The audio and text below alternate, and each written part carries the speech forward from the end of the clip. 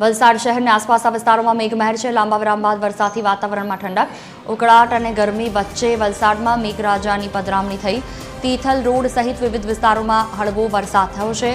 ડાંગરના પાકને જીવતદાન મળતા ખેડૂતોમાં આનંદની લહેર જોવા મળી રહી છે।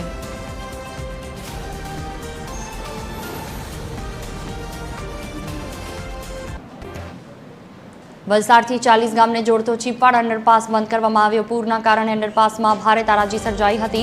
થોડા દિવસો અગાઉ જ વાહન વ્યવહાર માટે તે અંડરપાસ ખુલ્લો મૂકવામાં આવ્યો હતો। 40 થી 50 હજાર લોકો દૈનિક અવર જવર કરે છે। રેલવે વિભાગે સમારકામ માટે ફરી અંડરપાસ બંધ કર્યો છે। આગામી 15 દિવસ માટે અંડરપાસ સંપૂર્ણ બંધ રહેશે। લોકોને 15 થી 17 કિલોમીટર ફરીને જવું પડશે। વલસાડમાં આવેલા પૂર બાદ ઘણા વિસ્તારોની અંદરમાં તારાજી સર્જાઈ હતી, જેને લઈને ચીપાડ અંડરપાસને પણ ભારે નુકસાન પહોંચ્યું હતું। હાલ અત્યારે ચીપાડ અંડરપાસને 15 દિવસ માટે બંધ કરી દેવામાં આવ્યો છે।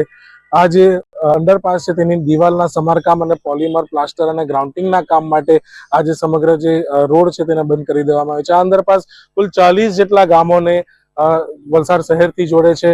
આ અત્યારે અંડરપાસ બંધ થવાના કારણે 15 થી 17 કિલોમીટર જેટલો ચકરાવ લોકોને પડી રહ્યો છે।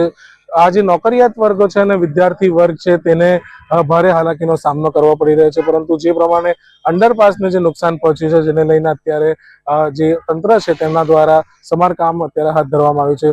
કુલ 40 થી 50 હજાર જેટલા લોકો આ અંડરપાસનો ઉપયોગ કરે છે। થોડા દિવસ અગાઉ પહેલા જ આ અંડરપાસને શરૂ કરવામાં આવ્યો હતો, પરંતુ જે પ્રમાણે આ દિવાલ અને જે અન્ય વસ્તુઓને નુકસાન પહોંચ્યું હતું જેને લઈને હાલ અંડરપાસને ફરી બંધ કરીને સમારકામની કામગીરી શરૂ કરવામાં આવી છે। પ્રિયાંક પટેલ, TV 13 ગુજરાતી, વલસાડ।